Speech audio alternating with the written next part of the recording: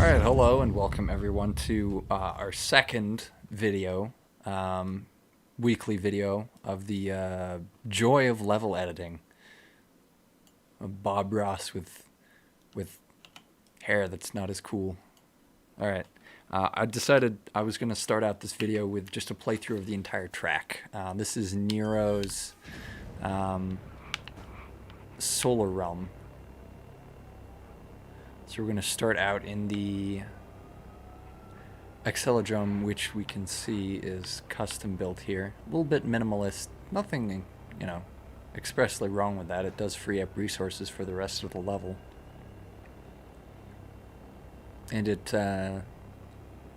serves its purpose, which is just to be kind of grounding it in the Accelerator's universe.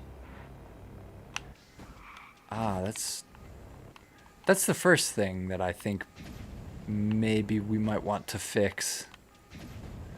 The level does not have a working oh, I'm not streaming this, am I? Yeah, right. Let me go ahead and I've got General Kenobi on the voice chat here. There we go. I'm going to change the car so it starts at the beginning of the track. That's the end, right? So I'm thinking this is probably going to be the beginning right here. All right, let me just grab the car. Can you see that all right, Kenobi? Yeah, but one thing I'll already point off that is when it comes to card zones, I mean, you can always use the default custom track texture for the Accelerator's track. But the main problem I would say with custom card zones, you have a lot more creativity of what you can do with the track, and especially custom track textures. You see a lot of Pines maps, or I think I have a few maps right today. But it really just makes it more creative and more original when you come up with a brand new track texture to fit in with the theme of the map. That is true. That's very true. To change the textures or try and whip something up, and there's also the fact that you don't know for sure that the person playing your map is going to have this kind of a texture. Like, if this is what you want to use, then sure, but not all of the realms have to have the exact same track texture. You can mess around with a bunch of different formats. But I'll go ahead and keep playing the rest of the level before I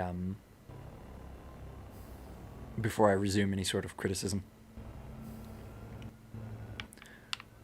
Alright, the solar flares look like they are creatively designed obstacles that fit with the theme. But do they actually kill the player?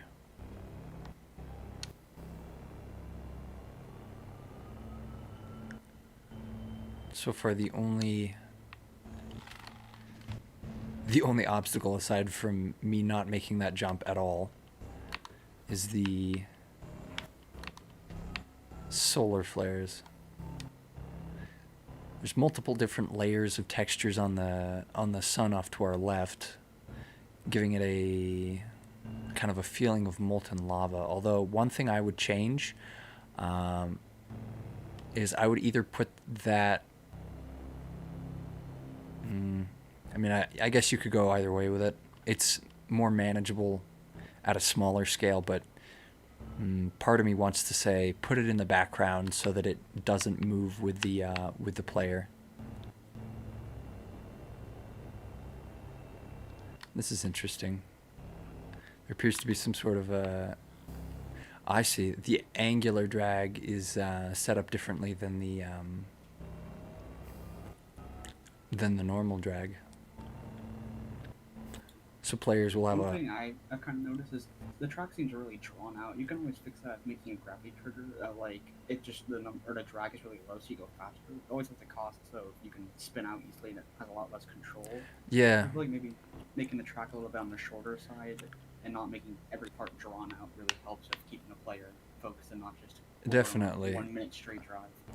Yeah, it's all about how you want to pace the track. Some tracks really only work well as as like really. I think that checkpoint isn't low enough for the player to trigger it. Some tracks are just too difficult for, or they're just silent. I'm not sure exactly what's going on there.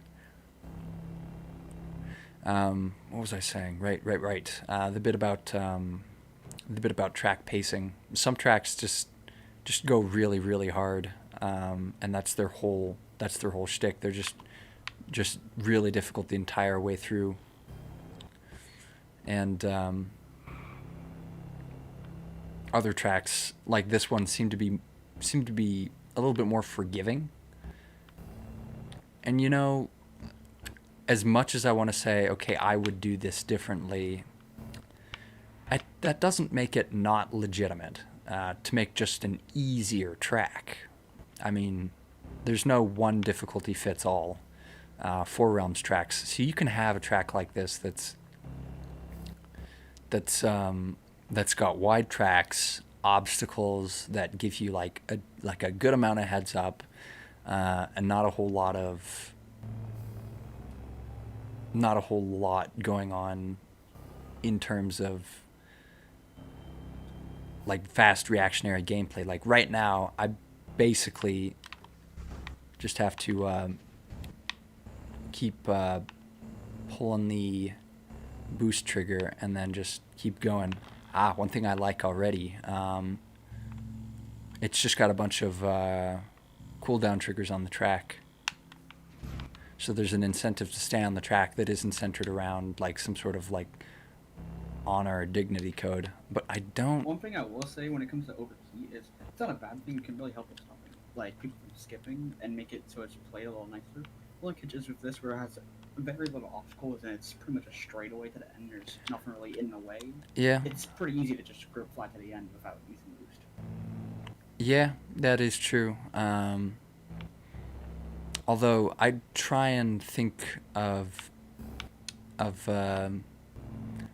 these maps much less in the context of, oh no, we need to like punish and or prevent players from playing the map in an improper way, to just kind of a more nuanced, like, what's fun, what do people enjoy. Well, the thing is, you can see, especially at Pine Map, is you can adapt skips to the map where there are skips, but it's really just an alternate route that requires more skill to get past. That is true. That is definitely true. Yeah, it's more about I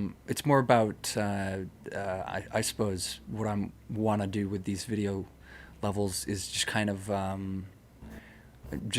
be as informative as I can when it comes to like giving audience members and people who submit maps like more information, you know what I mean, like or inspiration for things that they want to do. So if they want to build a track however they want to build it, they can avoid making mistakes that they didn't know were correctable, because sometimes that's what I feel like the situation is. It's the map maker just makes a map and it's just like, oh well, I guess it's just going to have these problems, and they just may not have the time or experience or creativity to be able to come up with. Now here I'm seeing like some difference. These are this is like a much higher speed, and so you can see that it's a little bit more engaging. Of course, what was I saying? Right, about when it comes to to feedback creatively, it can be difficult to draw the line at, oh, I like this better, versus like, here's new ways of doing things. So I think just kind of showing new and more creative ways of accomplishing the same thing is really what I want to do here.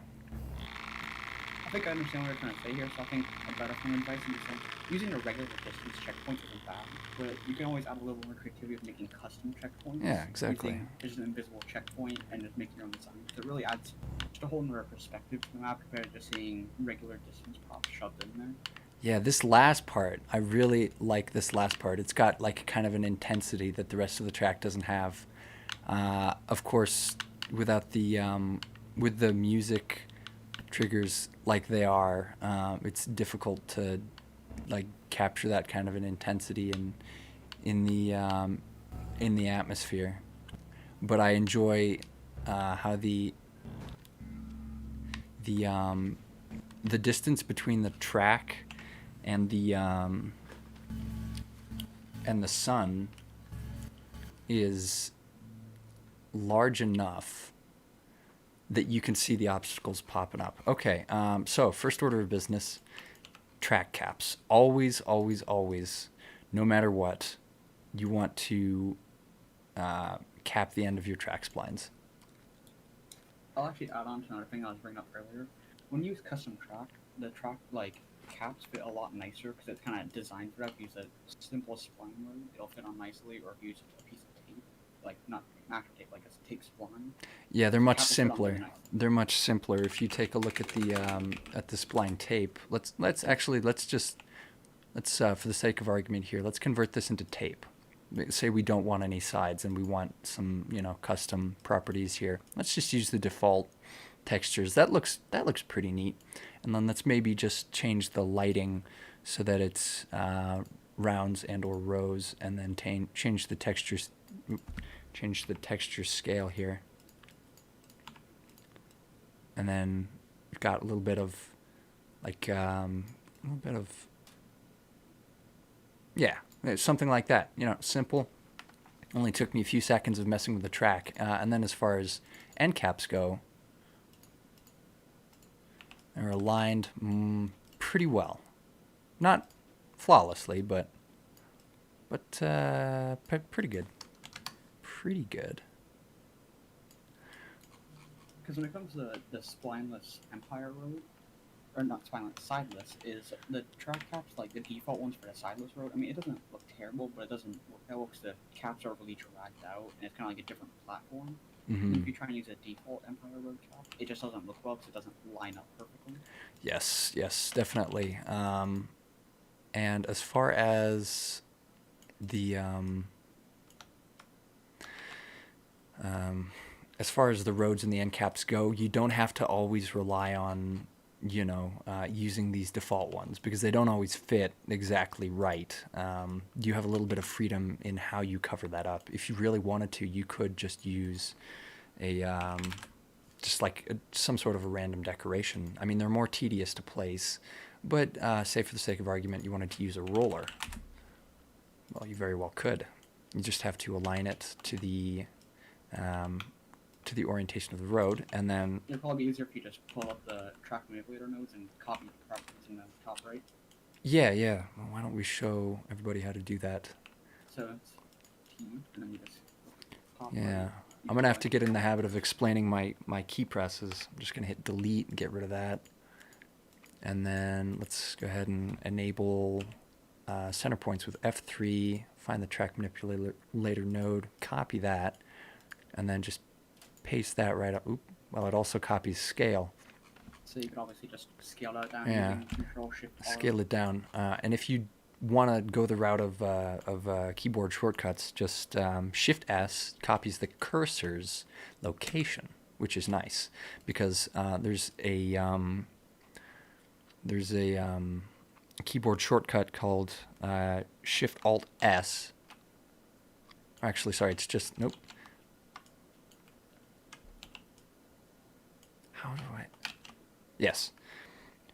Shift Alt S, and that puts the cursor right on the center point of whatever you have selected. So if you want to put this right on the endpoint, Shift Alt S on the track manipulator node, select this, and then Shift S with that selected moves it right to there. And here's a I'm going to show you all a pro gamer move right here. Control Shift E will enable the rotation gizmo. It's a keyboard shortcut that basically turns it on, so you don't have to click and hold on those rings, which are really like tiny targets. And then all you got to do is hit Y, and then instead of having to hold Control and trying to get it right, you just notice that it's perfectly perpendicular. So Control Shift E, Y, 90, bam. That's it. You're done. And then from there, you can basically just Control Shift R, and then hit Z twice to change from like global to local Z axis, and then just Another thing scale it beginners up might like a little bit down. easier is if you use W, E, and R, you can switch between the gizmos, which Yeah, personally, when I was starting off, I found a lot easier to use. yeah. They're not Just as because optimal. it's just like a reminder of what you should be using. They're not as quick, but it's just kind of an impossible ask to go straight to using keyboard shortcuts. I'd say they're kind of like training wheels. So Another thing I'd they're really recommend good is, at the especially beginning. if you're trying to make like custom track textures and all that stuff and custom objects, I'd recommend making like a different level just for making that custom object. Hmm. Especially if you put it like perfectly in the middle of the map, so 0, 0, 0 coordinates. It makes it a lot easier to mirror stuff across the other side to make it perfectly even, instead of having some Definitely. objects that like one side is slightly farther away and it can Yeah, trigger people's OCD. you wanna for any like prefabricated assets where symmetry is important, you want to make them on a separate map where you can control exact proportions. You'll see me do that sometimes on the level editor streams. You might not even know about this, but if you actually go to Tools on the right side and scroll down, there are actually some things you can use instead of having to use like Control Shift E, and you have to scroll down a little bit. It's a little bit Control more. Shift.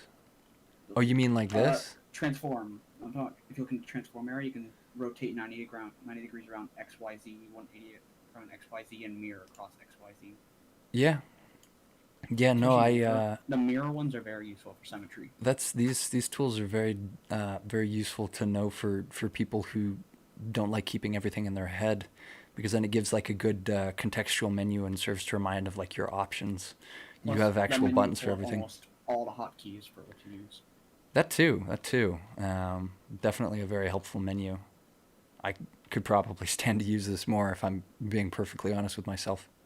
All right, next point of business. Tribo, I think, I'm trying to recall if it was most likely him, brought up an interesting comment in terms of cooldown. Triggers. And I couldn't agree more. He said that it is best if players have a visual representation of like when they're going to be cooled down. So even if it's something custom, and so I'm thinking in this particular map, these little wings are at the perfect intervals for there to be some sort of like a behavior or relationship between them, and that I would. could say adding that you could probably add some sort of particles or lights to signify Yes, that's gonna be a definitely. cooldown. Maybe some Bluetooth You don't lights always along have to each use platform. objects. You can sometimes use Even that particles. particle, some of the particles you can use just as a cooldown itself, just because you don't want to make it like cooldown. Like if it's gonna be on the track, placed like in different areas. Like sometimes people use boost pads. You want to make sure either collision is disabled or it's particles because you won't crash into it. Definitely, yeah. You want them to be decoration, just to serve as a visual reminder of what's going on mechanically. Yeah, and if you aren't feeling particularly creative in creating something like from the ground up, then you can have a little bit of fun in terms of just messing with the presets on something current. Honestly, just sometimes just changing values will give you the result that you want. One thing I'll also say is on the topic of boost pads, those can be used. And now, some people might think that's just copying from it now, but a lot of the people in distance community use boost pads. It's really just the texture used and how you kind of make it. Depends on whether you're stealing someone's idea or you're making your own boost pad set is original. Yeah, I suppose. I guess to add on to that, as far as boost pads go, I feel like this level could really benefit from boost pads, on tops of visual reminders for the cooldown checkpoints. So something like, I'm gonna mess with this for a little bit and see if I can get something that I like. What you could do is you could even make the boost pad to be a Oh, cooldown. there it is, right there. That's what I If want you to want use. to, you could make the boost pad have a 4 zone box and have it have a cooldown trigger, so you get pretty much 2 for 1. Definitely, that that I think would probably be the optimal choice here, because then you wouldn't have to worry about both marking the cooldown triggers and also And also, And another thing about boost pads is you can also put them compared to like just a cooldown area. We kind of just drive through it. You have on different spots of the track, so you kind of have to pay a little bit more attention on where you're driving. it's more engagement that doesn't rely on obstacles.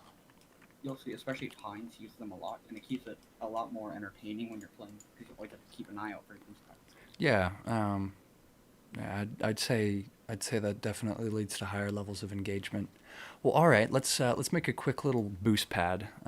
So first thing you need to do for a boost pad, if you want to make your own, if you don't want to like contact someone and get something off of them, is first you need a force zone, and you have to I orient it recommend right. one thing real quick before you start making it is put like a piece of track somewhere out in like a different area and make sure it's just a flat piece of track. So you don't have to worry about it being slightly offset with a like curved piece of track. Because right now I'm pretty sure that piece of track is slightly curved, so making it go along it nicely is gonna be a little bit more difficult. Is that right? Well, let's take a You know, look. if you just spawn in like a Let's completely brand new track, it'd let's be a little bit easier. let's attach it and see if it keeps its orientation, because I know there are some issues where attach objects get funky. All right. It I seems just to find it be. easier to. I'm just saying 'cause I find it easier to work with when you have a flat piece of track. So you don't have to worry about slight differences in the rotation numbers. It just having it on 0, 0, 0 makes it really Yeah, no, that's again goes back to creating a prefabbed object. Yeah, if you want better symmetry and more orderly object properties, then definitely make sure that all your rotation and scale and well, mostly just rotation. Your rotation properties are all set to their defaults so that everything lines up perfectly, because it's easy for small errors to start piling up. usually I'll have a piece of track that's completely flat and the same thing, just so I can have it lined up perfectly. Or you can always use just like a flat object like that. I'll also All right. use. Yeah, so for this, I'm basically just going to go with a rectangle. I'm going to use a rectangle that is flat. It's just going to be a flat rectangle with a grab trigger on it. So I'm going to make sure I'm going to use. One thing I would recommend, you can use a cube, but when it comes to things like loops, it can make it a little difficult just because of how the track is curved. The full cube might not show up. I mean, you can use it, but there are a few other objects that work a little bit better. Like, If you go to what's called to cylinder, the cylinder object, that works a little bit nicer, and just make it slightly perked up so it's not like completely flat. It's, you know what I'm talking about? I think, I think I've got about, so in my head it looks like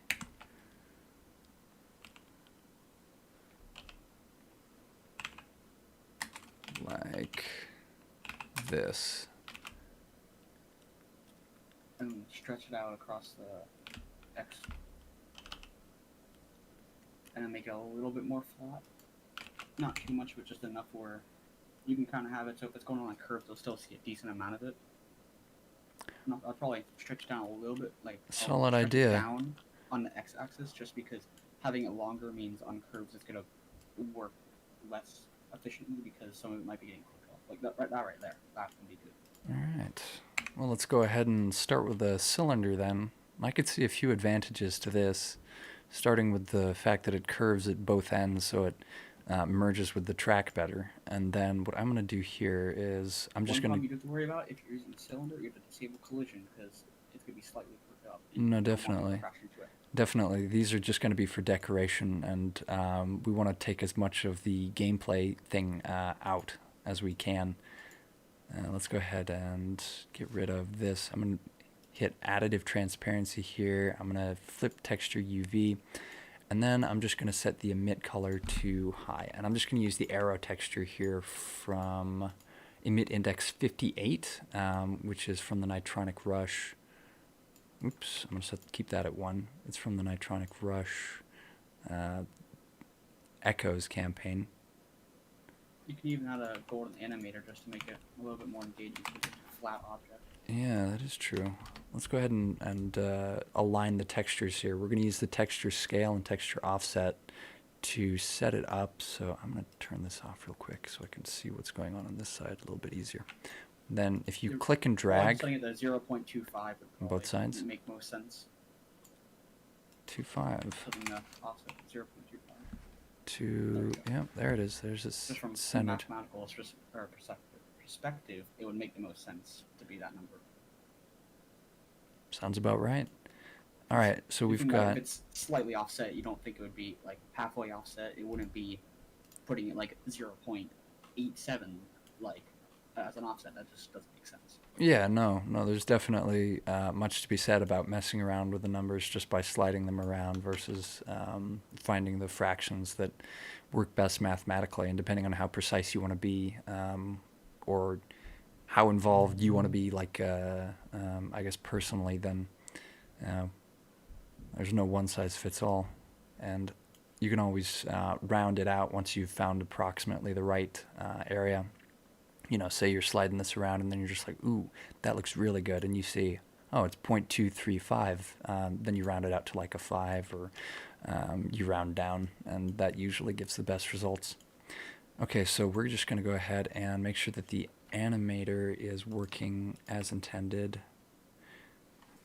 So going backwards, right? There you go. All right. And also, I'll probably set the duration a little bit lower to maybe 2 or 3. Just because that's moving quite fast, where most people Definitely. Also, another thing is, I can't tell off the top of my head, but the texture scale for just how long it is, like the arrows, that can maybe be dragged up a little bit because the arrows seem a little short. That is true. These arrows are not.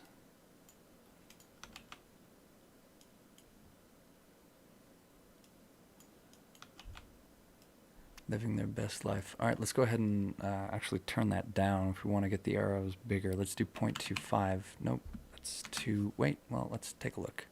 I would probably say personally. This might work. Yeah, it's like a full arrow and it just cycles, and it relays the message.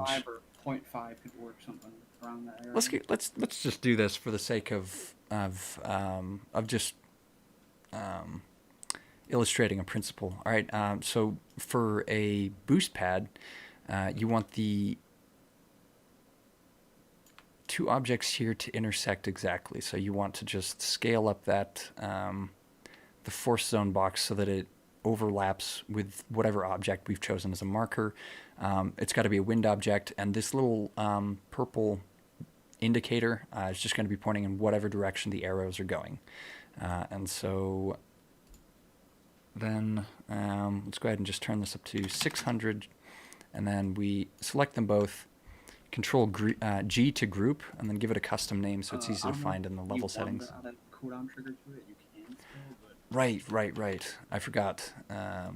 Also, I guess I'll say, but you can use Shift and G to unselect a group, or to make a group no longer... Definitely, that's important to add, yeah. If you want to ungroup something, Shift and G is important. All right, and then we just... I remember when I first started out, whenever I make, for example, like in Silicon, I didn't know how to ungroup it, so I would just make one, and I couldn't change anything about it whenever I was making a map. Yep, that's all important information. Shift and G came along, and I could do whatever I want to change myself. I guess more advocacy for the tools here, because not only do they have shortcut keys for everything here, but they also allow you to search for functions that you may want to use. Anyway, back to our little boost pad here. This is just a simple thing. Doesn't take long to get it together and to group it. You might want to shrink that down the sides a little bit because that covers about half the track, and that's kind of large. Get this to wherever we want it to be, and then Shift A, and then just make sure that it's at the proper level here. And again, with... Also, the thing is, when you're attaching it to a track, you have to hold Shift and click on the track, so you're selecting both of them before you can hit Shift A. I'm sorry, could you repeat that? I don't know if there's another work on it, but I'm pretty sure don't you have to hold Shift and click? Like Shift and left click on the track as well when you're selecting the boost pads so you can connect them? If you want to select a spline manually, and there are more than one in the vicinity, then yes. But if there's only one spline nearby, then it'll just automatically select the nearest one. Uh, like that's one thing I was gonna bring up is no matter how experienced you are, there's always something you can learn. Like I did not know that was possible, but I learned it. Exactly. No. Yeah, definitely. In terms of what's good for map building, it's all about just being open to new ideas and not being defensive about your previous work. All right, I see a gravity trigger here.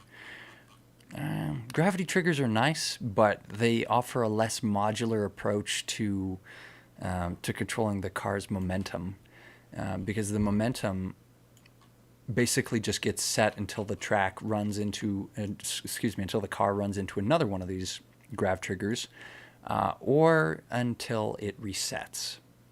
So boost pad like this will basically only affect the car while it is in the range, and that range being this little box here. So why don't we just create a few of these and then test out the idea here. And then you can just Control D, or use the duplicate tool, which I'm sure it's in here somewhere. And then just, they'll move along the spline as long as they're attached. And the attach hotkey is Control Another A. thing also It's is also when in it the comes to tools. placing those boost pads, it depends on how like different you want it to be. Because some people just do it left, right, constantly, and that even though it does the boost pad kind of add more pace to the map, it still kind of gets boring when it's just the same size. Now you could always just make it like left, right, middle, and mixed up, but it really depends on how far you're willing to go to make unique patterns. Yeah. Well, that's more of a matter of personal investment than anything else. For me, It really if I'm depends gonna on have how a willing to repeating pattern throughout the entire track, I'll do a little, like a small repeating segment, and then I will select that entire segment, and then just copy and paste it all the way out. And then I've got them more or less equally spaced, and it really cuts down on the amount of time I have to spend individually spacing each one out. All right, so You let's see, go ahead and it really depends on how you make maps, because I make maps really this. differently. I go in like the map and make sure everything is. I change every individual thing. Like I remember when I was making my pipeline realm, because it's two. Let's call it two splines. One of them is the outside tube texture, and one of them is the inside. But the outside would be slightly larger, and I made sure I went out and made each track manipulator node for it slightly larger. And it took a long time, but it really depends how invested. I think it took me 10 hours in total to do all of the manipulator nodes, but it came out as a good map, so it was worth it. Yeah, that's a lot of time, man. That is a lot of time. All right, now we're getting to the boost pads, and so we swap. Ah, Yep. Try to disable collision. see, this is why the naming is so important, because this is a really nice time-saving trick right here. So you go into level objects, and then you go and search boost pad. Now, if you leave these as their default name, which is group, then basically when you try and search for them, they're going to be lumped in with every other type of group. So this type of group is one of the side struts, is what I would call that. It's something specifically. And so, say, for example, you wanted to go into inspect children and change the coloration here.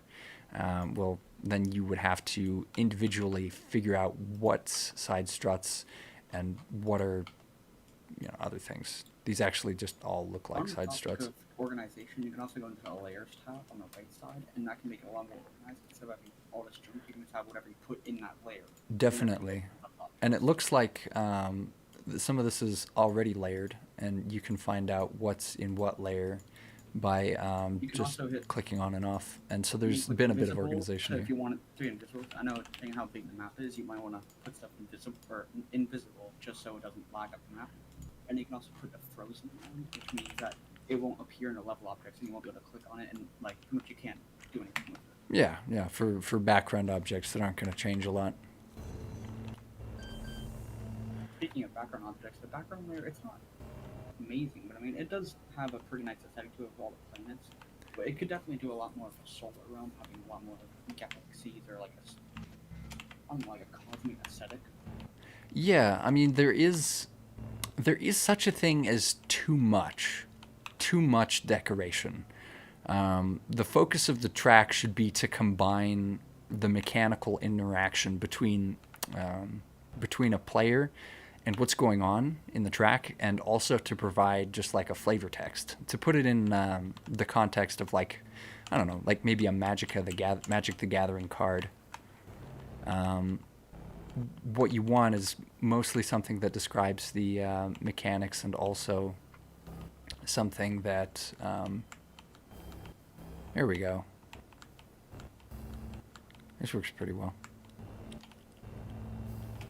Yeah, I think boost pads along this track would make it um, much more engaging and much less a kind of a crawl along the large tracks to the end. It doesn't have to be all obstacles all the way. But yeah, there is such a thing as over decoration. Even if you can do 101 different things with a certain background, you don't want to over clutter. Mm. So the sun providing a majority of the background and these little solar towers, I think, strikes a good balance. Well, one thing Um, I would say is quality over quantity, because you can have very little thing in the background, but as long as it looks really nice, it can make the map look amazing. So I can just tell from some plants, some have a lot more detail in them compared to others. Like some of them actually look pretty realistic, and then some of them kind of just look like a color. Definitely, yeah, and Like you I've want heard to one you want slide to right pick there your that looks fun. battles No, it sometimes is. too. If you look at, I think there's like a Saturn type plant over there that actually looks fairly decent. Definitely. Um, yeah, it's also much farther away, so you don't have to put as much work into making it look good. So upon closer inspection, it may look kind of longer and more drawn out, and something like this. But But also depends on how close it is, because the closer your object is, the more detailed it sees. That's why you can always turn up bump strength, which it can cause a lot of lag. But depending on how you use it, it can really add more detail to what you're seeing. Because I mean, I know personally, I use it in a lot of my maps. I'll crank every object to max bump strength, so you see a lot more detail. Sure, it causes lag, but the way it looks is just, in my opinion, worth it. there it is. There's the Saturn. You could probably experiment right now with the bump strength in the properties tab to see how it would change it. I think it's, yeah, if you want for the click on the All right, sphere and so let's go ahead and take a look at this. In the background, it looks more or less matte, but you want to make sure that things look the same in the actual background as they do in the background layer. Let's see, texture scale. I don't think he was going for mechanical texture here, so we're just going to go ahead and switch this out to something like this. The bump strength is up to 20, which is a lot. another Um, thing I recommend is not having such a strong color, and also disable diffuse. You might want to turn that off because that can make colors extremely bright and extremely like cartoonish, and not make it really. If you don't talk about the, there you go, disable diffuse. I don't think that actually. I'm talking about the other sphere you're working on, the one that you were just changing the texture for. All right, The one let's take a look here. that you disable diffuse. Yeah, it basically just makes it bright and or It doesn't do too dim. much. You can also turn off or disable reflection. If you turn that off, it can also add a little bit more to it. And it's going to turn up the reflection colors. Mostly just reflects the stars. Well, then again, that reflection is decently high. If you want to turn it down a little bit, just have a slight reflection.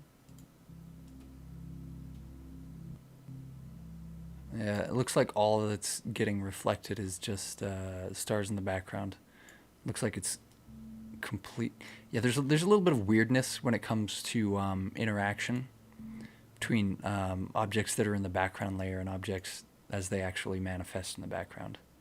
So I'm thinking I'm probably just gonna leave it like this. What I like to do on most One more thing I would personally change about that before you click over, or I guess you just click away, but that color, it's a really strong red, and that's, I don't know, at least personally, I don't think that color very resembles any planet I've ever seen. So I'd make it more of like a dark red or like a slightly orangish red to make it maybe fit a little bit better. mm, But yeah, you can right there, that's a pretty strong red. it looks more orange to me, but regardless, moving on to just a few more Are you talking about the one you're currently put on? I was talking about the previous one, the one they gave a rock texture. Oh, yeah. That one. I was talking about Yeah, both of them. that's what I was thinking. Yeah, that one's a little bit more orange, but that one you gave a little bit more of a rocky texture. It's very strong red. I don't think it.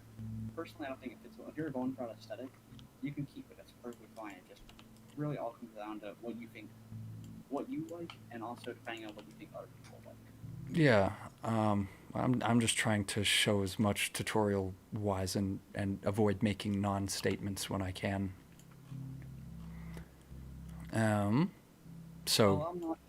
That's experience when it comes to recording videos and stuff. So I still gotta that's fine. Let's keep moving here so we could visit some more of the track. Um, there's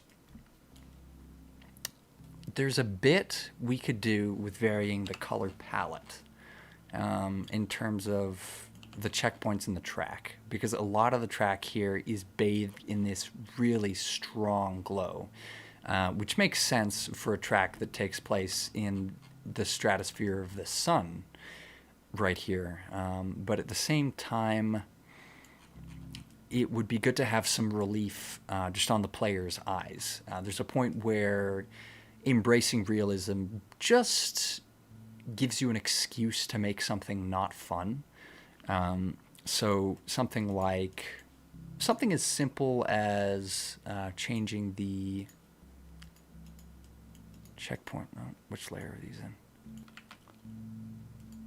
Nope. I would assume they're probably in default. They're in default. Yep. So just something as simple as giving these kind of like a stronger, gentler, kind of like a relieving blue. Oh my. Join in midway through the video, I see. Yeah, I was playing some Risk of Rain 2. Ah, speak of the devil, that game just recently went on sale and I'm thinking about buying it, but... Sure, they just released the actually finished update. Oh. I'm going to have to convince the people I play with regularly to spend some money or just raid my wallet. You joined right as we were talking about relief colors. As you can see from the stream here, this is a very orange and red level. And I'm thinking creating checkpoints with a balancing color may help add some relief here. And get rid of some of the strain. So something like this. It balances, and it doesn't have to be blue. It doesn't have to be like opposites in terms of color. It just has to give some distance away from a predominant theme if that theme is too overpowering. Now I like the color theme here in that it is very consistent, and it is very.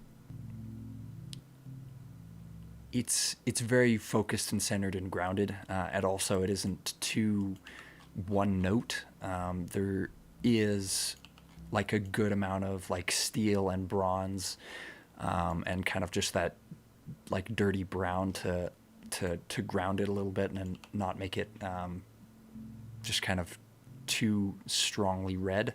But I feel like a little bit of well-placed contrast would really help.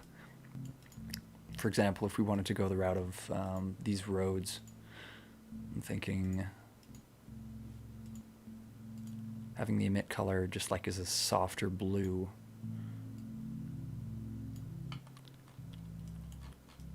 Or even a green. Just something to take it away from that overpowering yellow that takes up like a good amount of the screen on the left. Most of the time, not always, but the color white can usually contrast against almost any color that's slightly darker. You know, that's true. That is very true. Having just some white might even be enough to add a little bit of contrast without compromising the overwhelmingly orange theme here. It's enough contrast, but it's also enough where it's similar enough where it can look good. Yeah. But I mean, it also gives that like white hot metal look to it. So That too. It fits with the theme very well. So I'd consider maybe changing some of these. Well, this is in a locked layer, I'm sure. Very nice when that happens. I'm just going to go ahead and grab this. To save time when pasting colors, you can always just copy the hex code. And that, Shift C and Shift V is copy color and paste color. yes, It unfortunately. doesn't always work, depending on Depending on what different- you're copying and pasting. Like if you copied this and then paste this, it goes from copying 3 colors here to 4 colors here. So it wouldn't paste or reflect color because there is no reflect color. So the reflect color is going to If stay they're the similar same. enough, it can make it a lot simpler and have to paste. Most each definitely. color. Most definitely. If you're pasting an entire color scheme versus just changing one individual thing, much faster.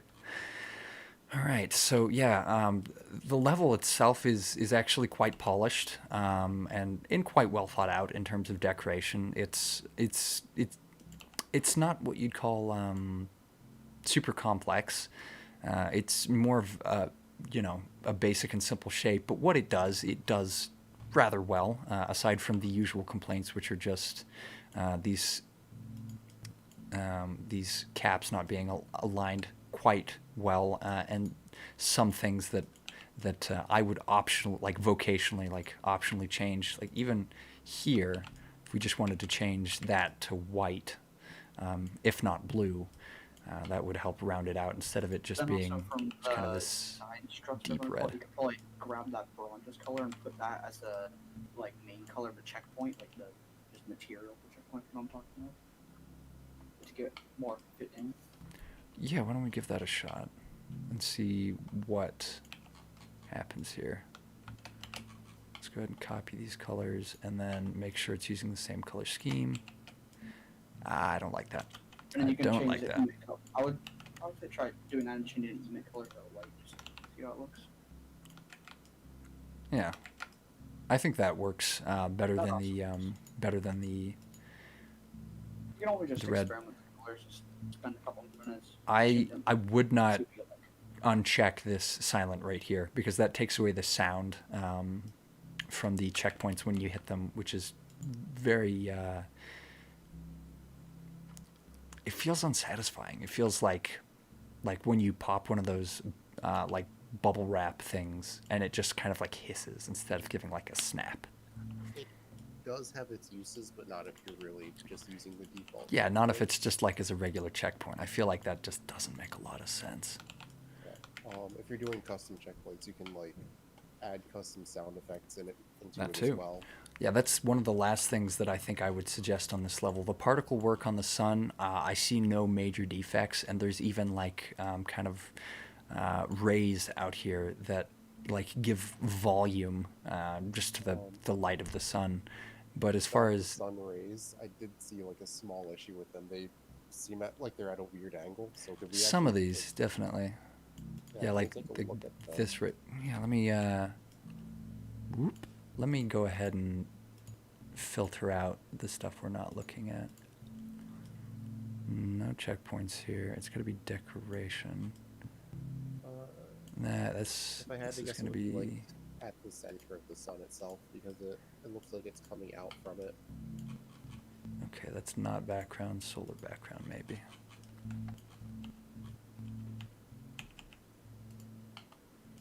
I see a bunch of spheres here. So cooldown triggers. Well, probably.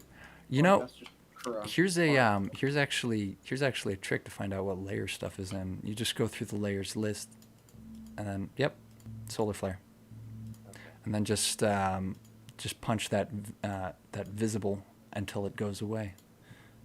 Really cuts down on the on searching for stuff. Okay, let's take a look here. Fire base. I'm assuming it's one of the fire base object. But it's hard to tell. Yep. Oh, that's the surface. Okay. Oh, but it's also the rays. That Yes. Make this difficult. They seem to be no. Yep. Some of these are rays further back. Yeah. particles. I guess once we know where the whole group is, we can kind of click around to find the ones that we need. Yeah, let's They take a should look be here. further back. Oh, Yeah, these look like hotspots, which really do add to the visual complexity of this object. Instead of it just having a texture slapped on it and looking more or less uniform, there's this splotchiness here, which really gives it that appearance of heat. I think I found the fire base that we're looking for. It's just Yep. sitting by itself. Probably that one. Yep, I think this is it. There it is. Yeah, you mind taking a Let's look at the the, properties, yeah. Let's use some sphere type spawn bounds, code emitter.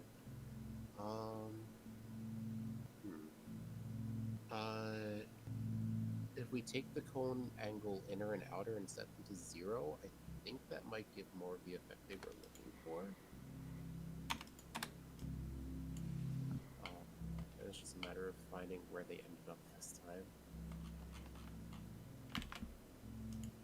Let's go ahead and change the fade far. Be a little bit. It's out. Oh, yep, so it is. Yep, there it is. Okay. It's going in that direction. Alright, let's go ahead and post it right over here.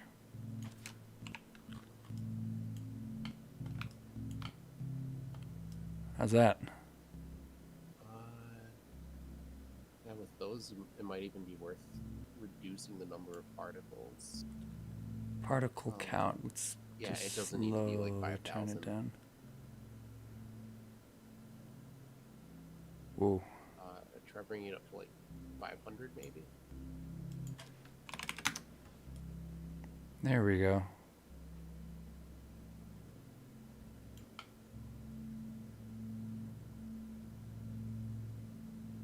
One thing I might bring up now that you kind of finished that is also the music. There's not really a lot of music. If you want to go for that, just type of background noise as your music. That's all right. But you can always use what's called an ambient audio object, which they work well. Getting them is kind of annoying, but once you get them, they can really handy. You can put noises that aren't like necessarily in the soundtrack that constantly just play. And if you dig around the animator audio, you can find some pretty good sounds that might work well. Yeah, definitely. The sound design of this level could use some sprucing up. I think that is probably that's probably where I'm gonna finish in terms of level critique. We've touched a little bit on